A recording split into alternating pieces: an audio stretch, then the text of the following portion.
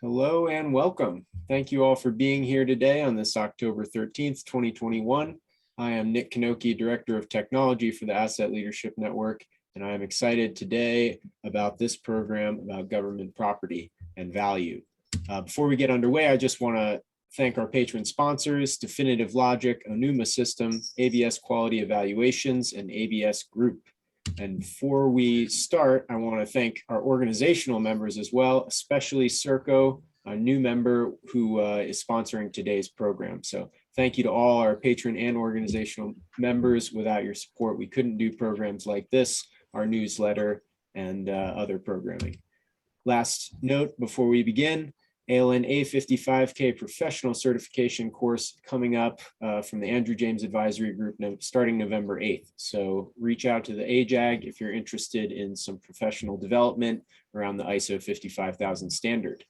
And with that, I'll say, if you're out there watching, we'd love to hear from you. Send any comments, questions, or feedback to the chat or the Q&A of the Zoom webinar. So with that, Jim, take us away.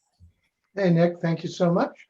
Of course. Jim Dieter, probably most of you know me, but CEO of the Asset Leadership Network, and excited to be here today with this great group of subject matter experts for a topic near and dear to my heart. In 1985, I answered, I was working in retail and then worked for GTE as in office services. And I answered an ad in the Washington Post that said government property manager. And it was with SAIC. And I had a Saturday interview with a woman named Mary Smith, who gave me a job in asset management. And I didn't even know what asset management was then, but I only knew property management. I got to meet several people involved today, shortly in that process. And got involved in the National Property Management Association, which several of these people are involved in. And I always say I can't imagine my career. I really wouldn't have had a career without the National Property Management Association as I moved from company to company, developing property management systems. So this is a topic near and dear to my heart. Because it's, I don't think, and in fact, I know that personal property doesn't get the attention that it's due. So today we'll take a few minutes to sort of set the stage and have a couple slides for that. And then the rest of it will just be a very open conversation that you all can be a part of through the chat or the question function. And we'll try to see where does this belong? What should happen? You know, what would be a good outcome? And so we'll fill in the colors on that outline in our coloring book as we go forward. So first, I would like, I'm going to call on each person and ask them to introduce themselves briefly. I know for some of us like me, that's a challenge. But let me start with Jack Kelly. Would you introduce yourself, Jack? Thanks, Jim. So I'm Jack Kelly. I've been with the ALN since about 2015, I think is when I joined. Prior to that, I was with the Office of Management and Budget for about 36 years, and I worked both on the budget side and on the management side. And while I was on the management side, I had some interaction with personal property policy, real property policy, and other policy areas. Thanks, Jack. Scott, how about you? Hey, Jim. I spent about 28 years in the Navy's Civil Engineer Corps and a civilian managing asset lifecycle stuff, mostly on infrastructure side, but also fleet and other, call it non-infrastructure assets. Last 6 years, I've worked for a nonprofit called Skookum, where we actually manage and maintain infrastructure and assets for various government entities. Yeah. Super. Thanks. Art. Hi, I'm Art Kurland, the Director of Capital and Asset Management for University Health in San Antonio, Texas. My background is in accounting, and before I got this position. I worked in utilities, retail, you name it, and my association with property pretty much was on the financial end, and so I got familiar with the ISO standards and wanted to challenge myself and the organization to kind of tie the financial part of asset management with the physical part of asset management, and was able to achieve the ISO certification. And I think that's the first and only personal property-based ISO certification in the world. Can we say that? For a hospital, well, there's another hospital in Brazil that has achieved ISO certification for their plant assets, not personal property. Yeah, yeah. Okay, thank you. Maybe we'll get back to that. Rich? Yeah, my experience in asset management probably started with real property. My parents were involved in real property, in rental properties. My grandmother's involved in that. And I'm currently involved in that now, even longer than the management of personal property. I've also been in asset management for both initially GE Credit, so I know all about receivables.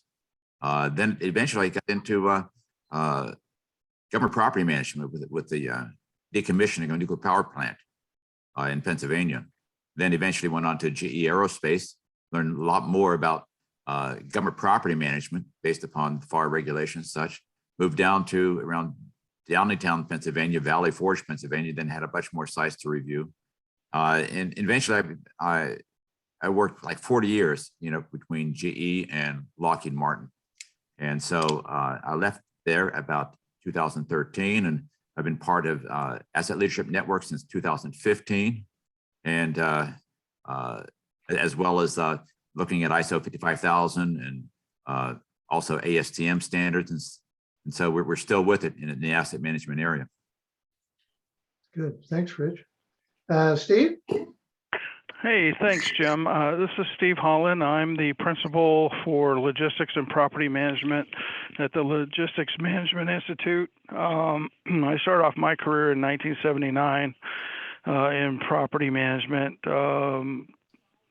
managing property in a national security environment. And from there, went through the Lockheed Aircraft to Lockheed Martin transition.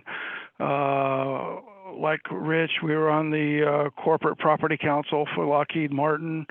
But then in 2005, I switched to Booz Allen as a consultant, supporting the federal government, being a trusted advisor, providing guidance on government property matters. And then when Booz Allen went public, I actually transitioned to the Logistics Management Institute. And at LMI, we're providing guidance to federal clients as well. But my span is still within the national security environment.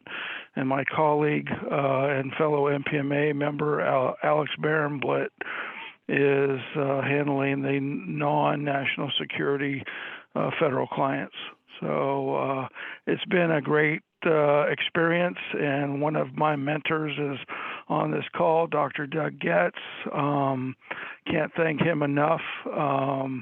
So going from a young fella in his 20s, getting into government property to now being a consulting fellow through NPMA, it's been a great ride. And I've thoroughly enjoyed it, and as well as the NPMA family as well. Sure. So that's about it. Thank you, Steve. And that in fact does lead us to Dr. Doug. You got 30 seconds to summarize your whole career. Go. Cool.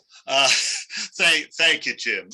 Yeah, started with Decasma, New York in 1978 as a lowly GS5 industrial property management specialist. So lowest of the lowest, so I know what it's like to be down there. Worked my way up. 1984, went out to the Air Force Institute of Technology as an instructor.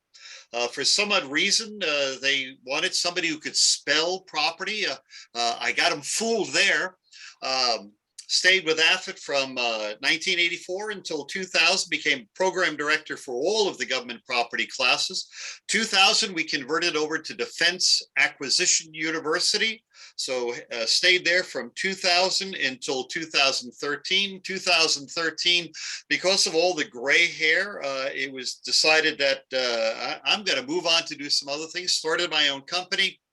Did consulting across the country, around the world, in terms of defense contract property management. And yeah, looking at folks, it has been a wild and woolly ride. I know that Jim Dieter posted a picture of us a long time ago. Was that 1986, 87, somewhere around there, Jim? Yeah, I think 80, yeah, 86 probably. Yeah. Yeah, out in San Diego taking a class. I've worked with Rich, I've worked with Art, I've worked with Steve, with the NPMA, and of course I've worked with Jim, and I greatly appreciate that. I would echo the words Steve used. It has been a wild and woolly ride. I have to thank the good Lord for that. I never would have expected it. This is not what I trained to do.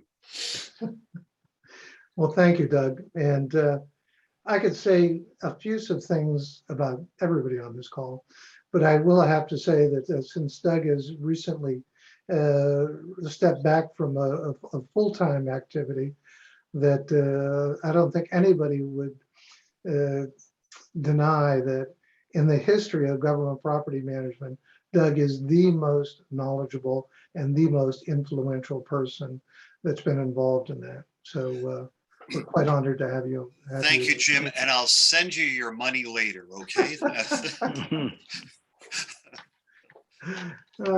That's good. That's great. All right, so I have, if I can figure out how to do this again, I have a few slides, as I mentioned, just to kind of get us kicked off here. I want to make sure that we're all on this, kind of on the same page. And I think this actually makes a couple interesting points. So, you know, there's, as I go through these, anybody, you know, feel free to speak up and jump in at any point. Steve, can you see the screen, or are you just on the phone? No, I'm just on the phone, but if Nick can forward me the slides, I can have them on an adjacent computer. I imagine he could do that. Okay, so what about value? And of course, you can assume that the idea of value there comes from ISO 55000, and the breakthrough concept of ISO 55000 being value is what asset management is about. And an asset is the thing that provides value to an organization. It's really a groundbreaking idea that it took us a while to get there, but really was at the heart of what got us started from an NPMA perspective in developing ASTM standards, was to get out of the compliance-based world that we lived in. My one quick story is, I had this chart that we went up and down like this. And it was, when they hire you, they'll pay anything because they need an approved government property control system. And you get all the resources you need. And then as soon as you pass, of course, that equation changes drastically. And, you know, the trick is to not stay at the company to the point that you fail, because then as a government property person, that's not good to look like you failed audits on your resume. All right, let's see if I can get the slides to move. I can. Okay, good. So first, and we already talked about it a little bit, but property and assets. Assets are about value.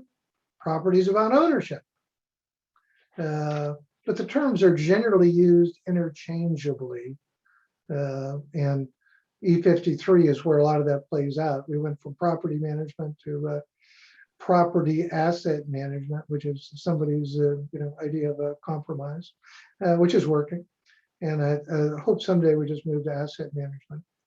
But Doug, why is it that we don't use the word asset, that we use the word property when we are talking about the government and its assets? Excellent question. And it deals with it from a history perspective, a comfort standard. That's the word that's always been used. Why do we want to change it now? You know, this is a shift. Why would you want us to do that? So I think it has to do with what people have grown up with. That they've entered a field, they've learned that term, well, we're comfortable with that term. With that said, Jim, I believe there is that paradigm shift where now they're looking for use of the word asset. I see that within the ASTM standards. I see that within the NPMA certification programs, that more and more they're making that quantum shift from property to assets. I like what you have here about assets being about value.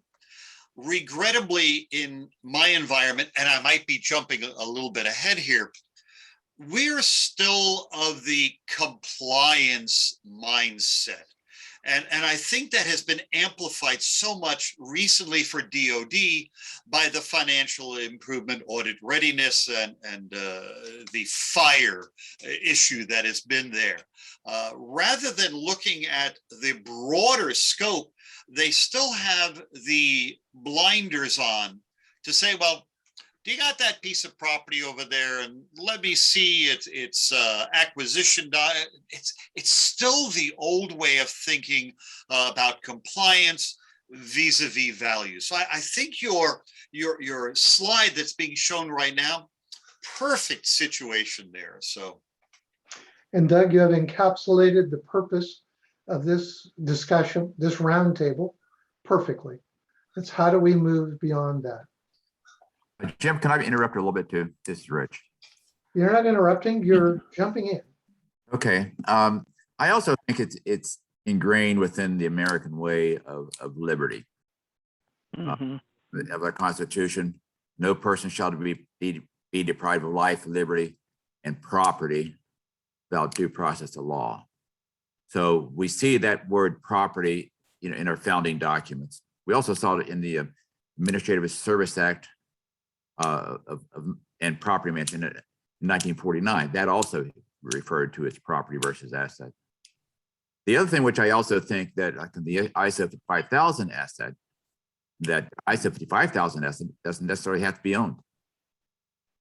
It's something in which you can receive value from. And so I think that's a distinction that ISO 55000 brought. Yeah, good. And value to us is how we see the world and how we should function in the world. Okay. If I could jump in too, Jim, I think Sure. that ownership too is a little bit more difficult to define than just the asset is. I mean, when you're in a large organization, you can say, well, that's our property. Well, who is we? Is it the organization? Is it the department? And so defining ownership is a little bit more challenging than just saying, hey, that's an asset, that's a widget. That could turn out to be a really key consideration for this discussion of, the internal level of ownership. That's interesting. All right, I'm gonna push. I'm sorry, go ahead. Jim, this is Steve. I'd like to jump in too, and I, Please. sentiment what Rich said, because I was thinking of the Constitution as well, but also thinking about assets and how do you define what type of assets, whether it's an intellectual asset, it's a mission asset, it's a financial asset, it's an asset related to a person, so, and each of them provide value. Mhm. Yeah. So, I think when I first started hearing asset, I was leaning towards the financial aspect of it. But after having gone through the AJAG 855K certification program, it really opened up my eyes to more than just personal property. It's good. Great insights. It's good. Okay, so I've clicked, Steve, I've clicked on to the next slide. It says real property and personal property. What's real property and what's personal property? How, are there really only two buckets? And what do we put in each of those buckets? Scott, you have any thoughts you'd like to share on that? So I largely come from that infrastructure side, but I've associated real property typically with real estate, buildings, infrastructure. Whereas personal property is more movable, whether it's a vehicle, equipment. But I'm less accomplished than most on this panel, so I would defer to folks like Dr. Goetz that have a better explanation. Don't let him intimidate you. It's all right, you know. You're doing fine, Scott. Any other, Jack Kelly, how about you? Any thoughts on this one?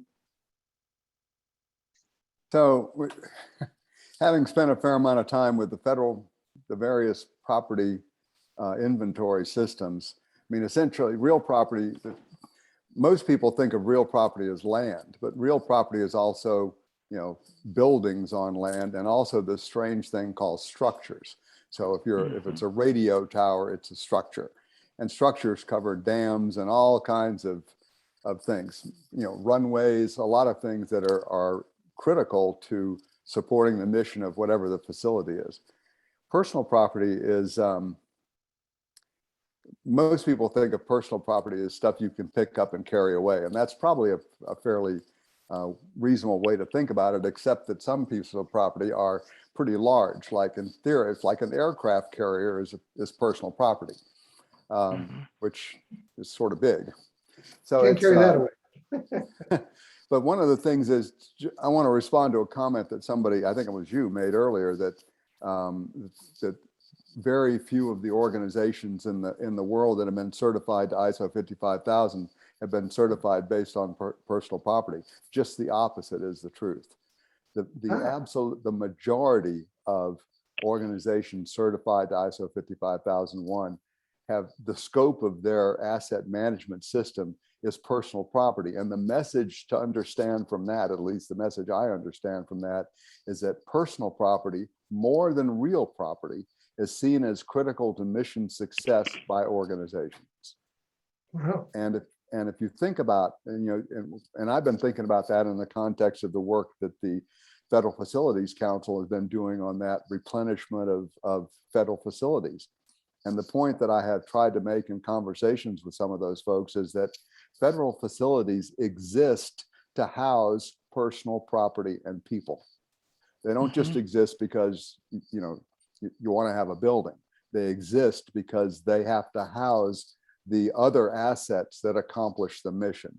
And of course, Art Kurland comes from the world where that is absolutely true, because a hospital is basically a shell that houses the doctors and the medical equipment that actually help people get healthier. Jim, let me jump in again here. Real property has title. It has public title that when you transfer, you normally have to go through an organization a title insurance company of some sort that transfers title.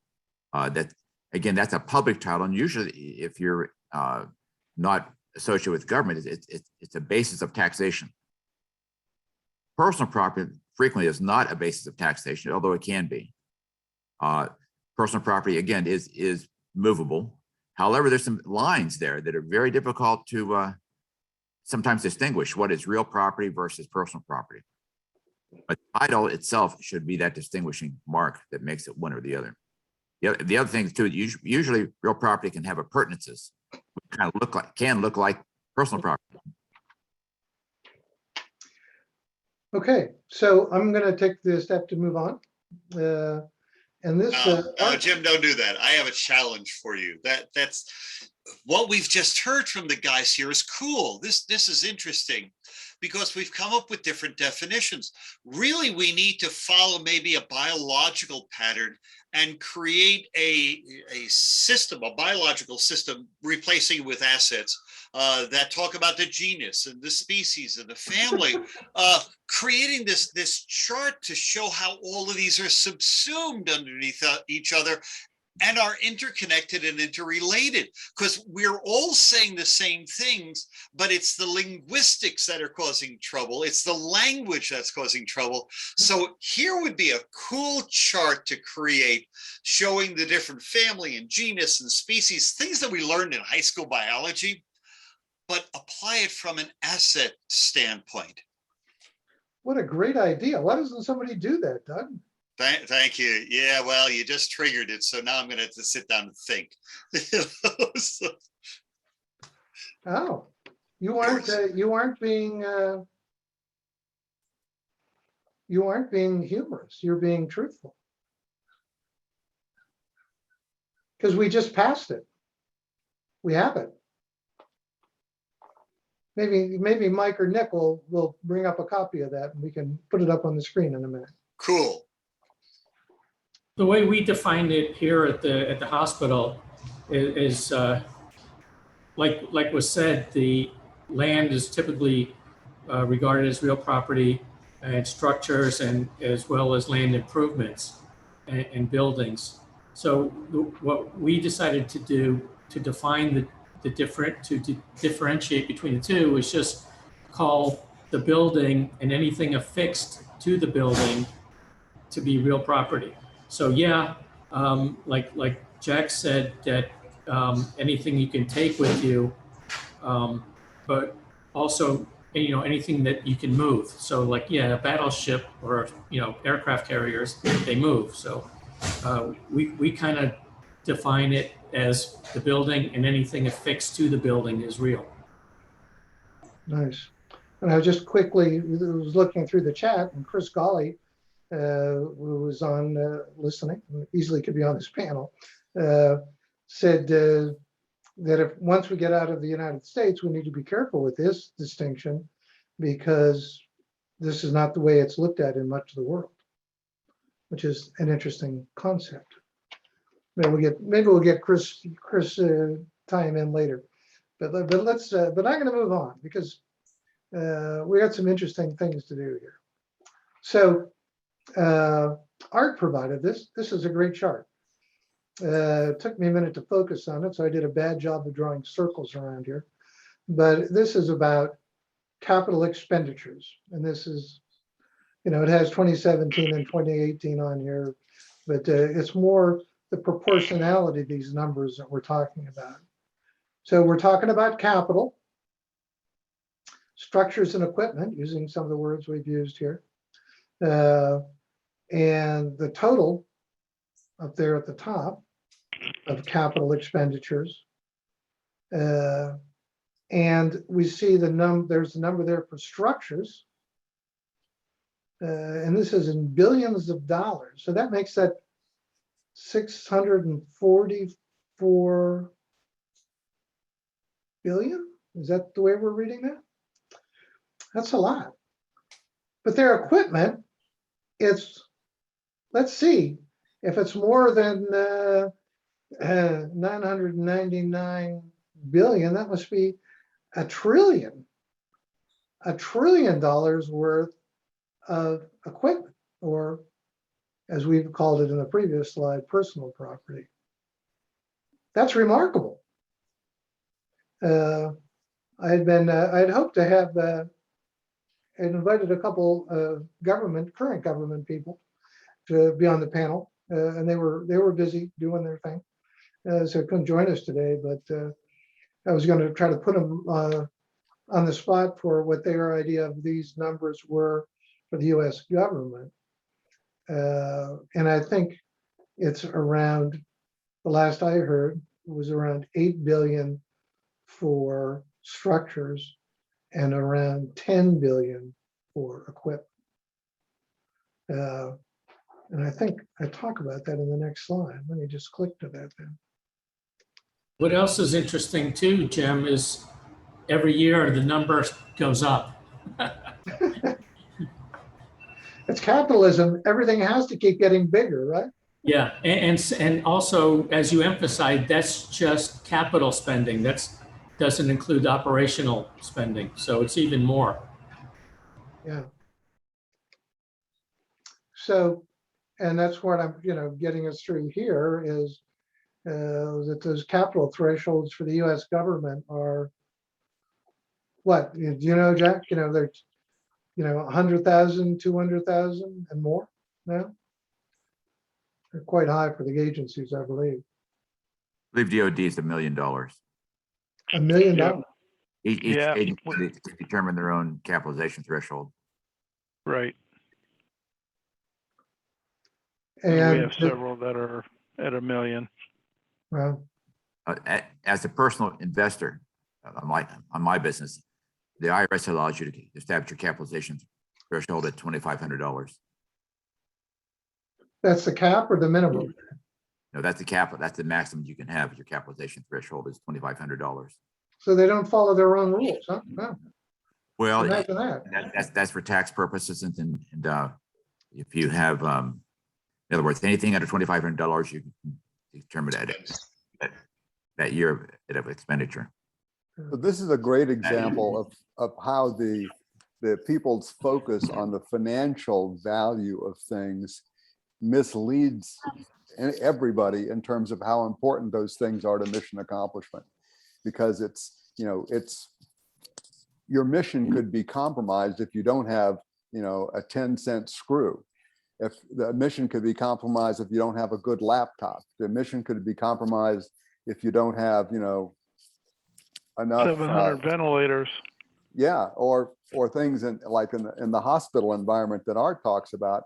There are all kinds of little gizmos that you have to opt to support an operation, and yet those things would never show up on a balance sheet, but they are absolutely mission critical. Great point, Jack. B-52s have been flying 50, 60 years. From a financial standpoint, they are fully depreciated, not that the federal government depreciates property. So you tell an Air Force general that his B-52 or her B-52 has no value whatsoever and see the response you get. Well, actually, the federal government does depreciate things, which is kind of idiotic since they don't pay taxes. Agreed. Understood. Understood. So then the second bullet there is, even on the commercial numbers that Art gave us, there's still, there's a huge number of expense items. I wasn't able to find a number that gave me a similar relative proportion for an organization between capital expenditures and expensed expenditures.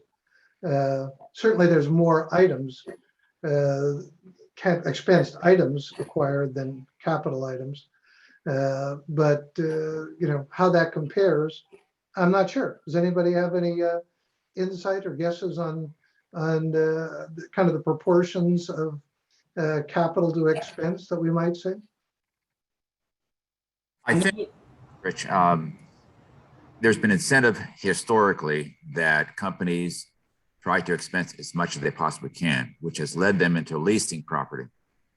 Particularly leasing property of which there's a continued use for, which can report the actual need for real or personal property, which distorts the actual figures, for them.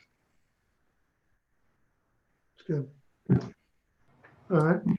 So I was just going to say, I know those operational expense numbers are recorded on that same capital survey because I remember taking those surveys.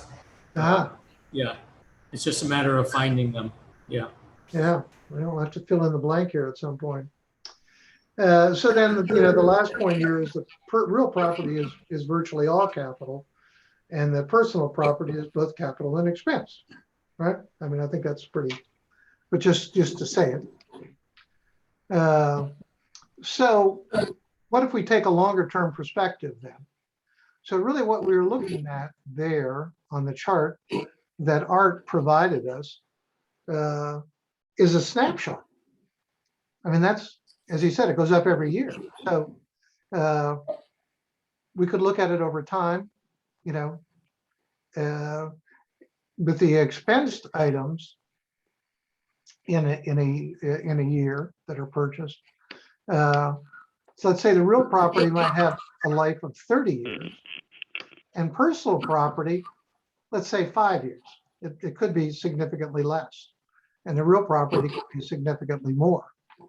So if we're looking to compare those numbers in any particular time frame in terms of what's actually in the organization, there's, really have to take that personal property number and multiply it by 6 to compare the investment that's being made.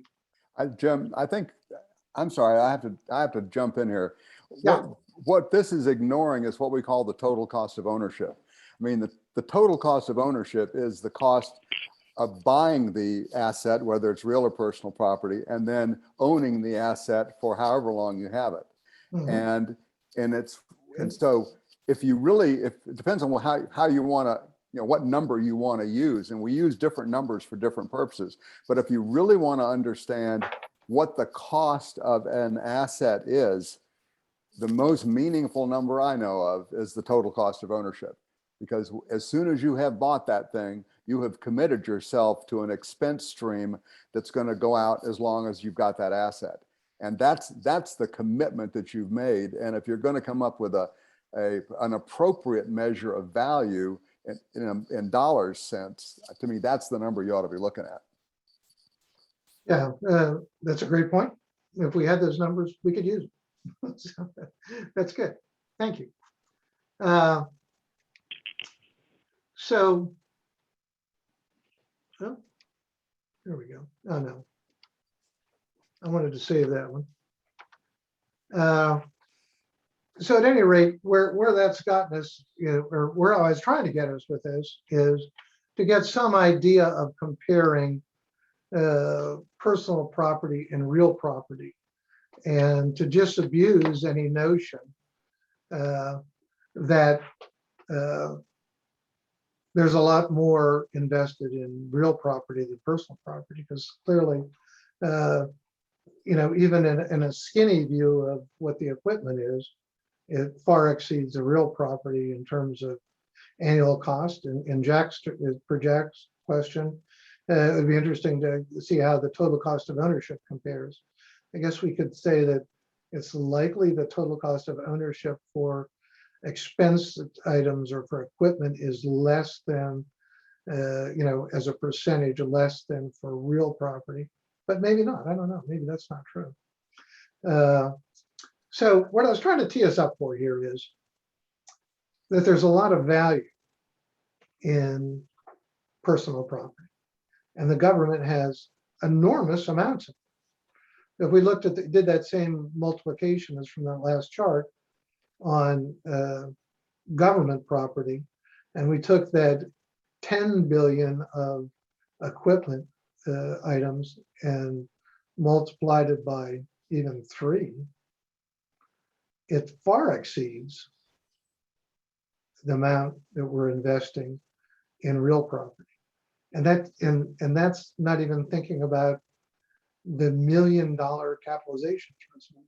So Jack wants to say something. Go ahead, Jack. Yeah, so here's one of the things I have found, particularly since I've learned more about asset management. One of the things I have found almost incomprehensible from the standpoint of the federal government.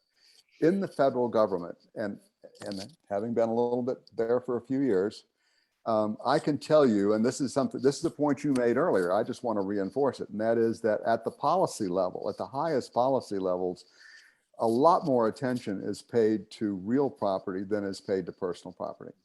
And one of the reasons I think that is, quite frankly, is because of the budget implications. So when you are an agency and you have to make a budget request for a new building, that's a much bigger number, at least in most agencies. DoD is kind of an exception, because if you're talking about a new, missile system or a new aircraft system or a new, ship system, then you're talking about really huge numbers. But if you're in a civilian agency, then an individual facility is likely to be one of the largest individual investments that you're going to be trying to make. And so from a budget perspective, which is, even though the B comes at the end of OMB, the budget drives the way OMB thinks about things. And so because of the sort of the transaction costs of most real property transactions being so much bigger than the transaction costs of most personal property transactions, I think that's one of the things that's contributed to OMB's paying a whole lot more attention to real property. And I think that's absolutely wrong. I mean, I understand it from a budget perspective, but I think that, in fact, I think OMB should revisit the way it thinks about budgets in terms of mission consequence, not just the dollar. I mean, you have appropriation ceilings you have to be sensitive to, but that shouldn't be the first and foremost thing you think about. In my view, what you should think about is what are the consequences of this spending on the agency's ability to get its job done. I probably would be alone in that feeling within OMB. But that encapsulates what we're trying to say here. So, any thoughts on how we, well, first, should we push that ball in the direction? Let me ask that. They aren't paying attention to us. Maybe this is a good thing. I'd just like to make a quick couple of points. First of all, regarding total cost of ownership that Jack brought up, I would not argue that it takes a lot more to maintain a real property than it does with personal property. And so when it comes to the personal property in terms of total cost of ownership, a lot of times it's just makes more sense to just buy new rather than repair. So that's something that needs to be considered in terms of total cost of ownership. I don't know if that's part of the equation where you don't need, it's just makes more economic sense to buy a new piece of equipment than it would be to repair or maintain it.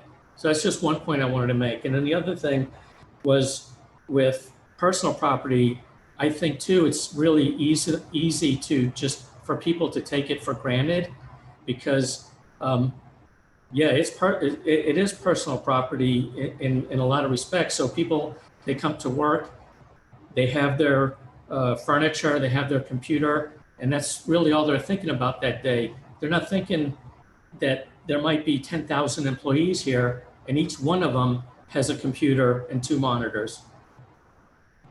So it's easy to be put in the back of people's minds when they think about personal property because it's not as visible as real property. It's lots of small decisions instead of, fewer big decisions, right? Exactly, yeah. I want to give another personal property example that has some different and kind of interesting characteristics. One of the policies I wrote when I was at OMB was the policy governing the management of federal civilian aircraft. And one of the things that's fascinating about aircraft is if you buy them new, they're pretty expensive. They live a long time and you have to put a lot of money into keeping them up. But the story that I found most interesting is that most civilian agencies get their aircraft as surplus aircraft from the military. And they're just delighted because they think they're getting a free airplane. And so from their agency standpoint, they're thrilled. They get this free airplane. And then the first thing they have to do is have it certified as airworthy.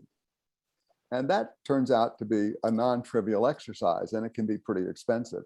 And what they also learn over the course of their ownership of that aircraft, that free aircraft may in fact have been free to begin with, but it has cost them over the lifetime of their keeping it more than it would have cost had they bought a new aircraft that was more efficient and operated more efficiently and required less maintenance. If they had made that investment up front, their total cost of ownership would have been a lot less. So beware of, DOD giving you gifts. So that brings up, I think, an interesting component of the conversation is personal property assets get to be a big number when you think of them in bulk, right? One airplane, even as Jack's talking about, is, that starts to get an eyebrow, but it's not going to get real people's attention. But if you talk about a fleet of airplanes, even within an agency, it starts to go up. If you talk about the IT infrastructure for the Department of Commerce, what's the cost of that? What's the value? Let's go there. What's the value of that? And you see what I'm trying to do here? So I'm trying to get us out of the personal property, what does it cost and how much to maintain thinking, into why do we have this? Is it providing value to the organization, and how much value? I often use the restaurant example of a restaurant's not about assets, it's about food. Okay. But take the assets away from the restaurant and you got, some boxes of food and some people standing on a sidewalk somewhere. It's all about the assets. They found, of course, over the last couple of years that, if you can't have people sitting inside, those tables aren't providing, that space isn't providing value. If you can only have 10 tables instead of 20 tables, that decreases your overall value, but might increase your value per table. Scott, I see you're shaking your head. We haven't heard from you in a while. Have some thoughts to share? I totally agree with that. And that's why we're hopeful ISO 55,000 becomes a standard in the federal government and force agencies, bases to work, in our case, with maintenance providers to build out that strategic asset management plan that ties mission to asset criticality. Then you need to get intelligence about those assets, whether it's field verify that it actually exists, inventory data, spare parts, condition, repair or replace, maintenance history. That I'll call it the base installation world, where you can have literally 50,000 plus what I call discrete assets that could be personal property or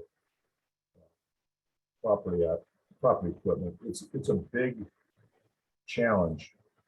I think that GSA or GAO study showed that when they went out to, I believe, 6+ locations, including the Coast Guard, just getting your arms wrapped around knowing your assets, field verifying them is a problem. But that's kind of twofold, linking it to the mission of the customer as well as having intelligent information to make better decisions. All right, Jack. Then I'm going to go to Steve. Okay, I'll be quiet for a bit. Go ahead. Go ahead. So one of the things that I have been struggling with and trying to figure out, and this, I guess sometime within the last year, I gave a talk to the Baltimore NPMA chapter, and was about, about personal property and about, letting them know how important, personal property is when you look at, ISO certifications, when you look at, a lot of organizations. And a couple of things have been coming through my mind, and I really would like to hear some thoughts from this group, because my first exposure to personal property was in the disposal world. And it was all about, so we've got this stuff we have to dispose of. What's the right way to dispose of it? And then you get into the whole, the federal disposal process. As you know, a lot of state and local governments have claims to excess property before it can be sold. In the real world, if you've got excess property, and this is one of the things Art talked about, what he's able to do at the hospital, if they've got certain equipment that's excess to them, they can sell it and get value back from it. A federal agency can't do that for the most part. So, how can you get attention? Well, what struck me is that there are lots of ways, given the fact that a lot of personal property is mission critical. How can personal property managers who have anything to do with that mission critical property, in fact, I guess the first thing is, within their agencies, do their agencies appreciate what they bring to the table? more than agencies where personal property is just tables and chairs and computers and stuff like that, or not. I don't know the answer to that question. But in some of the experiences I've had, there were a number of opportunities where personal property expertise could have made a big difference. And so I was involved in a strategic sourcer effort for printers, copiers, and multifunction devices. And and you mentioned fleet. The smart people, and the Social Security Administration is a great example of some smart folks. They manage equipment like that as fleets of equipment. And the reason that they do is because they realize if you manage a fleet of similar equipment, whether you're talking about motor vehicles, whether you're talking about aircraft, whether you're talking about printers, you are managing, a single item that requires the same kind of maintenance requirements, the same kind of, parts, the same kind of, management, if you will, of it. If you're managing all these cats and dogs, then it's more complicated and it's way more expensive. So that awareness, if a personal property manager came to their agency's CFO or their agency's procurement executive and say, hey, I've been looking around at all the stuff we have in this category. Let's just say the printers and copiers. And what I realize is we've got this hodgepodge of stuff and it's costing us millions of dollars to manage and to replace and to maintain. If we change the way we have bought things and bought this equipment as a fleet of equipment, we could reduce those costs in a meaningful way. I mean, to have somebody bring that perspective to executive decision-making, and that's a personal property perspective, to me, that could be hugely valuable. And that would apply to a lot of classes of property. And like in a hospital environment, you've got all this extremely expensive equipment, imaging equipment.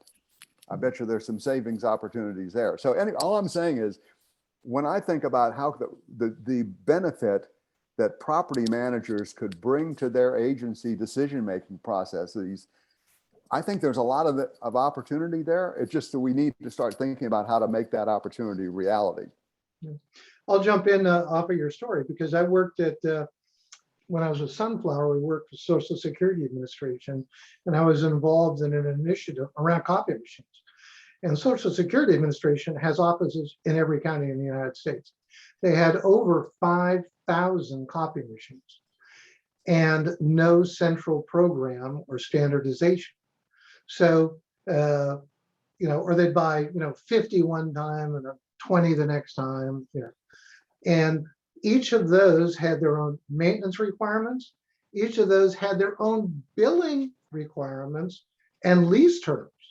So it's like, oh, on that one, we're paying, 3 cents a copy for black, and white, and we're paying 10 cents a copy for color, but over 1,000 copies, then the price goes down, and everyone was different. That's just stunning. Okay, but I said I was going to go to Steve. Steve, you mentioned that you had involvement in the intelligence world, and I know I can't ask you too many questions, but Right. it strikes me that that's an environment like the DoD is the same, I think, is where there is an understanding operationally of the value of assets, and is really not related to the cost of the assets or how any property person is categorizing them. It's like, that's the thing I need. You have any thoughts to share in that direction? Sure, and that's where it's so important that you have, a system of record that, you can account for all these assets, to know where they are so that they can be retrieved at the right time, deployed to the right place, to the right user to perform the mission. But, I also think that there's a lot of thing that we property managers can do in the way of what Jack was saying, of looking at things like as a fleet, or I think of it as category management. So if you have a portfolio of copiers, you have a portfolio of a certain piece of test equipment, but you have thousands of them, there should be some kind of standardization within that agency to meet whatever mission that they're needed for. And I thanks. Uh, Oh, The go ahead. the other thing that I think of too is that we all have to look at how we dispose of things, and especially with all the new technology out, that we have these computers or servers that are getting into the advanced hard drives, which are like heat-assisted magnetic recording or energy-assisted magnetic recording. And there's even a newer one that's not out on the market yet, a microwave-assisted magnetic recording drive. And if you have any kind of sensitive or classified data on there, you got to make sure that they are disposed of correctly. Mr. Rich, one thing I think that has been mentioned is the whole issue of mission. And I think with that, there's the issue of internal controls. And internal controls starts with objectives. Then you have the controls put in place to assure that that mission is accomplished. Mm-hmm. In cases, it's a mission over cost. And we've seen that, over the years. And sometimes it's get out regardless of the cost, get in regardless of the cost, accomplish the objective regardless of the cost. So it depends in a lot of cases of the circumstances. But I think the more it's looked in an internal control framework, the easier it is to solve. Yeah, well said. So Doug Sturry? Jim, if I could jump in. These are amazing points of discussion, and I have 2 points, if I may. One, in regard to personal property and within my environment, and that's been wait a minute, did I say something wrong? Did he walk out on me? It's working from home. Thank you. Tucker was in my office and he wanted to leave. And that has our priority right there. You know that that's happened before where we had a panel and they all walked out on me. Thank you, right? Sorry, ladies and gentlemen, if you're listening or seeing, it's just a humorous issue. My first point, I really think the attention, the focus of what we do, and I have to concentrate on DOD, is really cyclical. There are times where it waxes and wanes. I believe that our cycle is on an upswing right now, but that's being caused by the Chief Financial Officer Act. That's being caused by FIRE, Financial Improvement Audit or Assessment Readiness. Lots of different things are being pushed to say, let's do this. I hope and pray that ISO 55000 is also serving as one of those drivers on a cyclical move to increase our emphasis. My second point is within DOD, we're schizophrenic. All right. My focus has always been government property in the possession of contractors. That's my DOD environment. And the focus there has been of a programmatic approach. Get the weapons platform fielded, get it out there in the field, run by a program manager for the property as well. I jotted some notes here, which I have to make sure. We don't have one person in charge of all of the personal property out there. Real property, a lot more attention, as you pointed out. Personal property, less so. So what happens is we run a contract. There's a lot of property acquired, that initial investment, no total cost of ownership calculations made, no determination of the risks involved with that total cost of ownership. And at the end of that contract, all of a sudden, the program manager who's running his or her own empire is looking around to do what? DOD has tried to look at this from a logistics standpoint and availability standpoint. And I know Steve has mentioned the accountable property system of record. At least now we think we know what we have out there in regard to government furnished property.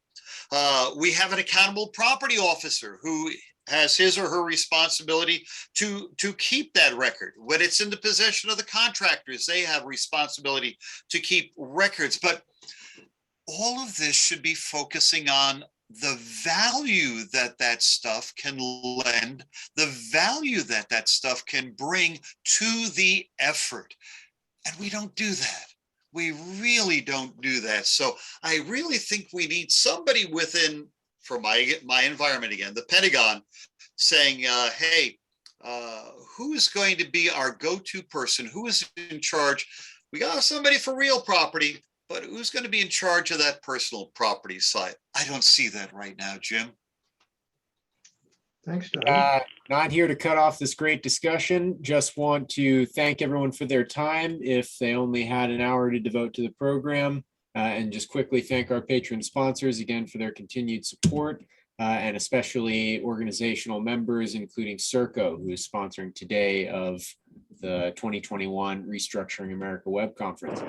And last plug again for ALN A55K Professional Certification course starting November 8th. Please reach out to the ALN or AJAG if you're interested in this sort of professional development around ISO 55000. And with that, I'll pass it back because I know there's a bit more to be said. Yeah, if everybody can hang on for a few minutes, I'd like to do, let's try for 15 more minutes. Is everybody all right for 15 more minutes? So what I'd like to do is, I know Mike Bordenaro has been monitoring the chat. I'm going to ask Mike to come on and see if there's, I wasn't able to keep up with the chat, but maybe Mike can share some points or raise some questions. And we'll take a few minutes to do that. And then we'll give everybody a couple minutes to give their closing thoughts. So there's Mike. been a very good discussion that is reinforcing everything that people have been saying. So it's not necessarily questions. I just want to let the panelists know that you're hitting the mark with the audience. So good job to Robert did mention that what you're saying re-emphasizes the importance of stakeholders, the ISO 55000 focus on stakeholders involvement. And so that ties in with what you're saying. And Jim, you had asked for the taxonomy from the National Asset Leadership Strategy. Is this the one that you wanted me to show, Doug? Right, and now from ASTM standard, I can't remember the number, 33 something. But yeah, this is now with the words around it. This is ASTM E53 standard. The reason I didn't put this in the deck is our discussion today was based more on the financial treatment and the value derived, and less on the physical characteristic. And this standard is independent of who owns it, where it is, how it's used. It's, what the things are. But it does do, as Doug mentioned, apply that, biological hierarchy exactly. And it attempts to do it at any rate, and I think in a very useful way to various assets. As you can see on this screen, if you can see I don't know if you can you see my pointer or not? No, but I'll point for you. Yeah. So, we're talking about almost entirely of constructed assets, although land, under natural resources is a part of this. And of course, everything comes into play. But under constructed resources, the durable and non-durable breaks down, what we would call material as government property as opposed to equipment. And within equipment, there's infrastructure, facilities, whatever we call it, structures, I think is a pretty good word, and movable property. And then, we could go on breaking down movable property into many different ways. And then gets into the non-physical property, which is another whole, of course, interesting discussion there. So Thanks, Mike. All right, well, let's, if we don't have any other questions, let me start again and go around the room and ask everybody to, make any closing thoughts they'd like to share. And we'll allow everybody to comment on those a little bit and take a few minutes to see what we're thinking. And Jack, since I started with you at the beginning, I'll start with you again, if that's okay. I thought you were going to end with me. No, I think it's very important to make people aware of all of the assets that are important to them getting their job done.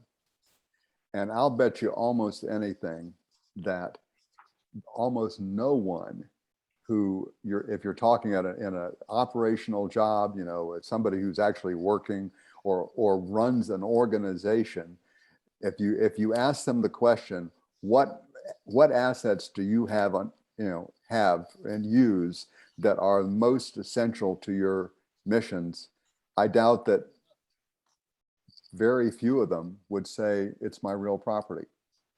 I think most of them would say, oh, well, it's this imaging equipment, it's this aircraft, it's this supercomputer that helps me, or it's this computer network that helps me communicate and get my work done.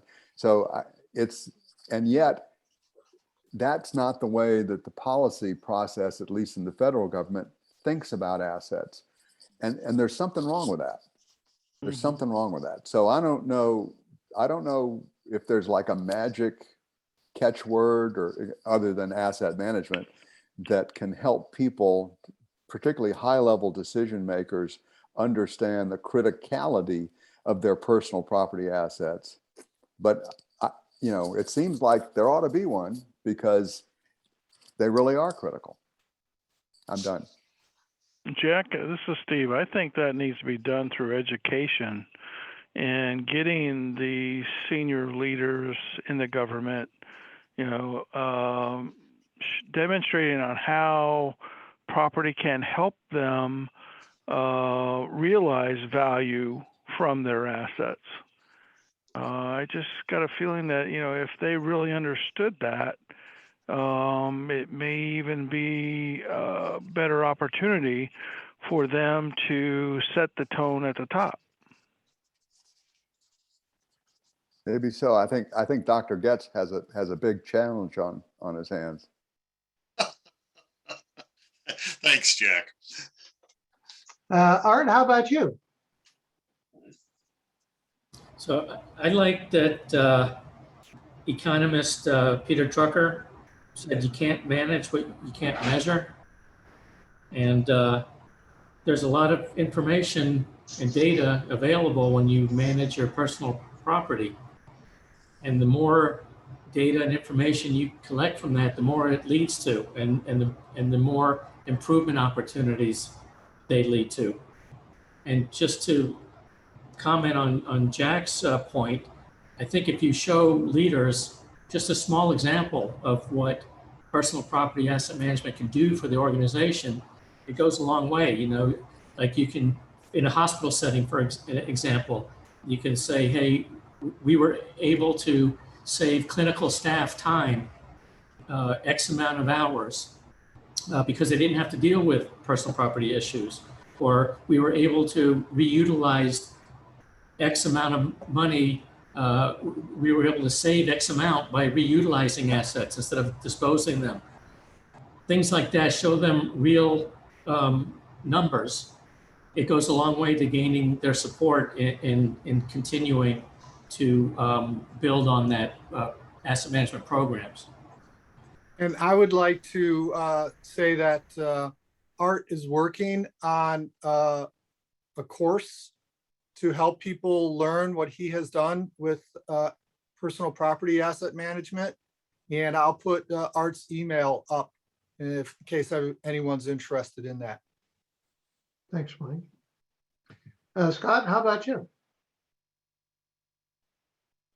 I really enjoyed the discussion. My perspective, we've been trying to solve this problem kind of bottom-up fashion one of our bases, we have about, I'll say 30,000 managed assets, and probably 2,000 are considered personal property, mobile generators, government furnished radios, government furnished vehicles. The other 20,000 are property equipment, pumps, motors, chillers. But the one problem I found with the Navy, having good asset inventory and information about that to support decisions on the asset management side, repair versus replace, or on the reliability or maintenance side, how can we make it last longer? Gathering that information can take years. We're fortunate, our type of contract, we're at a base for quite a while, so we invest in handhelds and other technologies so techs in the field can actually inventory and capture quality asset information. And then we manage all asset types in a EAM type system, and we pass that to the government system. But the real key is getting an owner on the Navy, in our case, on the military or Navy side, and an owner on our side. So it could be mobile generators. Who owns those for the base? Might be an engineering tech under public works and our lead machinery mechanic. So they are tasked to determine, okay, where do we need to be in a year, 3 years? Which ones are most critical? Okay, the one that powers up the emergency lights on the airfield is probably number one. What condition is in, when do you replace it? Getting that all together and culture change and everybody on board is a challenge. And that's why I'm hopeful ISO 55000 does get a federal endorsement, even the mandate to help drive the US into that box. That's my 2 cents. Good. Thank you, Scott. Rich? Yes, I think that we haven't talked enough about, but I think in asset management, the money and value is on the buy side. Meaning if you buy right at the right price for the right purpose for the longevity of those items, that's where the money is. If you make a mistake on the front end, it's awfully hard to make it up on the back end or in the use end. For property managers, message there, make sure you get involved on the buy side, not just on the dump side where somebody dumps something on you and you have to manage something that's doesn't have the right purpose, is not the right size, not the wrong, right, the right longevity and the wrong operating cost. That brings up another thing too. You charge cost to make sure that you understand how the cost goes down and for what purpose, what's direct, what's the indirect cost. And with that, it's the whole compliance thing, making sure that people who are making those decisions can defend those decisions after the fact, which means documentation. And so it's important that asset management be involved in that whole process so that in fact can control their destiny with it. Thanks, Rich. Steve, you have some final words? No, I think I'm good, Jim. Okay. And that would take it to Dr. Doug. So I've loved the technical discussions here, and I'm going to approach it slightly differently. I'm going to look at this from a sociological perspective for a minute, if I could. I really think that all of us here recognize that we're going through a huge maturation process. We're getting smarter. We're understanding the underlying phenomena to a greater extent, becoming more of a true profession in that regard. I'd like to use the current vernacular that's out there for all of us. We got to be influencers. You know, you hear all this stuff from the kids that they look at the various media platforms, and there are these influencers out there. We have that role and responsibility because of what we know as to the value of our field, what we bring to the table. We need to influence the other people who aren't aware of that, who maybe don't care about that. The third thing underneath that, from a sociological standpoint, is a linguistic issue. We have to develop our language such that there's a commonality of words or terms. And I love that you created that taxonomy. That's great, because if I talk to a financial advisor and talk about asset management, he or she's going to look at that chart and say, what? This has nothing to do with what we're doing here, but yet that's referred to as asset management also. And the last thing is for Jack, all right? Education. Jack, I wholeheartedly support the construct. Within my environment, DOD, I'm not enamored with what I see going on from an educational perspective in the world of property. No, in the world of asset management, we've lost something there. So that is going to be so critical, because if we don't bring up our children, and when I say children, I'm talking about people who are just coming into our field. If we don't bring up our children and educate them properly as to what we're all about, they won't take that with them and go through that maturation process. So Jim, thank you. Mike has his actual physical hand raised. How So, quaint. so Doug, to address your points 2 and 3, Serco, who is supporting us today, it has come on board as a social media consultant for us. So we're trying to figure out how to do that influencing. There you go. And the course that AJAG provides, our panelist, Steve Holland, has been a strong advocate for that and sees the value of creating an asset management category for the United States government, which would then require the education that you're calling for. And we look forward to LMI being a member in the near future and helping us with that. Thank you. Just a couple thoughts, notes that I made, and this was awesome. I'll get to the thank yous in a minute, but I love the idea of a criticality analysis, and we'll have to get with Jenny and Tacoma Zach and see if they have a tool for doing that, whether, and its applicability to personal property would be very interesting. But they're, they have a software package and a practice built around it, which is the idea, as someone was saying about the generators. Scott, I think it was you, well, it's great to know all the generators you have. It's great to know all about all the generators, but you better damn well know about the generator that's running the X, right? That's, okay, well, how do we identify, what that is? From a water treatment perspective, you could say, well, from a water facility, which I'm getting some involved in, you could say, well, it's a water treatment that's the most critical thing. Well, but I have a system and I have a backup system, but I only have one pump. So now the pump is the critical point, because I don't have a backup for the pump. The big takeaway that I have, though, is to quantify. I think we're in the right track with what Art provided, and it got me thinking in those terms to sort of set the stage for this. If we can put some numbers, if we can do that one pager, half pager, that says the budget impact of that personal property as opposed to real property, if we could come up with 3 to 5 bullets about that and circulate it, I'm sure our friends at the GAO would be very interested in that. Or perhaps we could convince them that they should do a study on that question. That's another approach.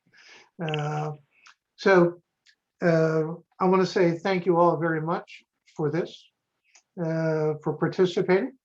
I think it was a fulfillment of what we're trying to do with this event in general, and these sort of roundtables, like our ALM Thursday at 4, which is now going to be ALM Thursday at 3, going forward, at least while we see that works well.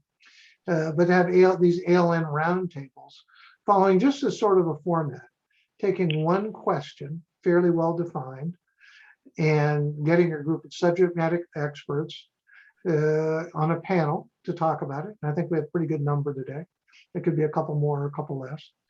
And to take a limited period of time to sharpen everybody's thoughts. And then invite other people to participate and ask questions and make comments that we can go back and look at. And think about, what, as we all know, when we get together in person, we can generate ideas that we don't generate by ourselves.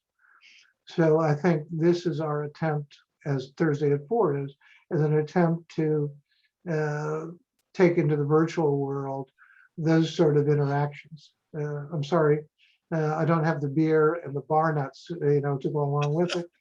But the next time I see y'all, I owe you all a beer. So Steve and Jack and Art and Scott and Rich and Mike and Nick and Dr. Doug, thank you all very much for joining us and being a part of Restructuring America 2021. It's greatly appreciated. And have a great day.